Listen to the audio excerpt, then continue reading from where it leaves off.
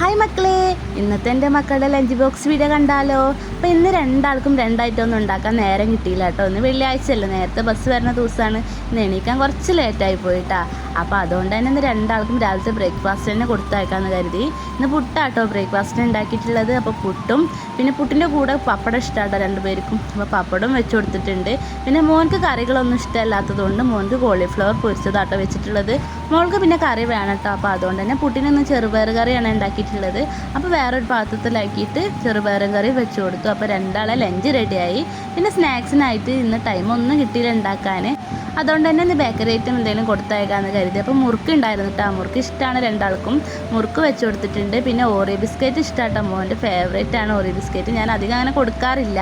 അപ്പോൾ ഓറിയോ ബിസ്ക്കറ്റും വെച്ച് കൊടുത്തു.